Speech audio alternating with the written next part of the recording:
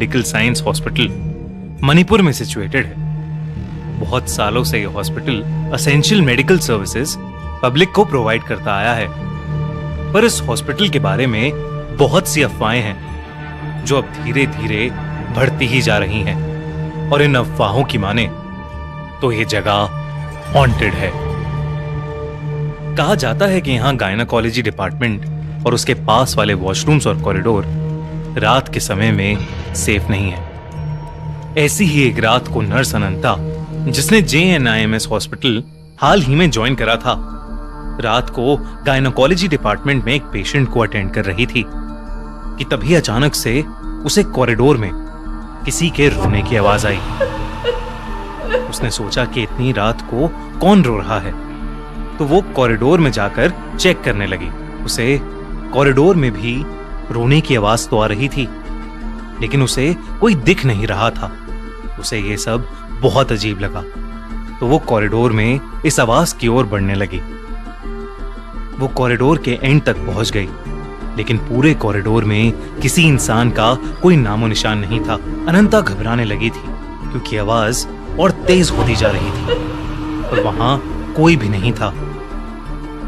अनंता डर से वापस पेशेंट रूम में जाने लगी और जैसे ही वो वापस जाने के लिए मुड़ी, उसको अपने पीछे किसी के होने का एहसास हुआ। उसे लगा जैसे उसके पीछे कोई खड़ा है, लेकिन इससे पहले अनंता कुछ कर पाती, अचानक से उस कॉरिडोर की लाइट्स फ्लिकर होने लगी और उसके अगले ही सेकंड वो फ्लिकर होना बंद हो गई। अनंता को एहसास होने लगा कुछ तो जरूर कुछ अननेचुरल हो रहा है। रोने की आवाज बढ़ती गई और जैसे ही अनंता ने पीछे मुड़कर देखा तो एक औरत पेशेंट के कपड़ों में वहां जमीन पर दीवार की तरफ मुड़कर बैठी हुई दीवार को रोते रोते स्क्रैच कर रही थी। वो बार बार बस यही बोल रही थी, मेरे साथ गलत हुआ मेरे साथ। ये देखकर अनंता एकदम सुन्न पड़ गई थी, जैसे अनंता की बॉडी ही फ्रीज हो गई हो। अनंता को समझ नहीं आ रहा था कि अचानक से उसके साथ ऐसा क्या हो रहा है और उसके सामने वो लेडी पेशेंट कौन है और ऐसे क्यों बिहेव कर रही है।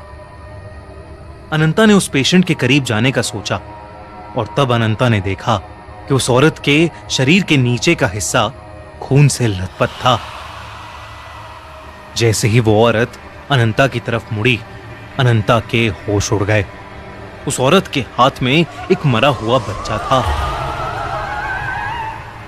और वो उस बच्चे को लेकर अनंता की तरफ ही चलते हुए आ रही थी। पूरे कॉरिडोर की लाइट्स दोबारा फ्लिकर करने लगी। वो औरत आगे बढ़ते हुए बार बार यही बोले जा रही थी, मेरे साथ गलत हुआ, तुम सबने ये अच्छा नहीं किया, तुमने मुझे मार डाला। अनंता बहुत डर चुकी थी और वो अपनी बॉडी को मूव ही नहीं कर पा रही थी। सामने से आ रही उस खून से लथपथ औरत की आंखों में इतना गुस्सा था कि अनंता का दिमाग चलना बिल्कुल बंद हो गया था। अनंता ने बहुत हिम्मत की और किसी तरह वो वहां से भागकर उस फ्लोर के वॉशरूम में जाकर छुप गई। उसने अपनी पॉकेट से फोन निकालकर किसी को मदद के लिए बुलाने का सोचा, लेकिन जब उसने अपनी पॉकेट में हाथ डाला कि उसने अपना फोन तो गायनाकोलॉजी डिपार्टमेंट में ही छोड़ दिया था। वो रात अनंता काफी देर तक अकेली ही उस वॉशरूम में डर के मारे छुपी हुई थी। उसे डर था कि बाहर उसका सामना उसी भयानक औरत से हो जाएगा। तभी अचानक से बाथरूम के दरवाजे पर जोरों से खटखट हुई और फिर अचानक बंद हो गई।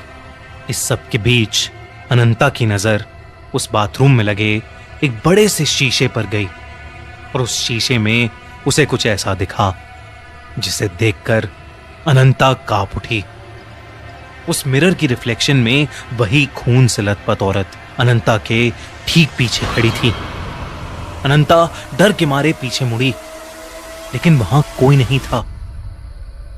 अनंता को लग रहा था कि वो पागल होती जा रही है।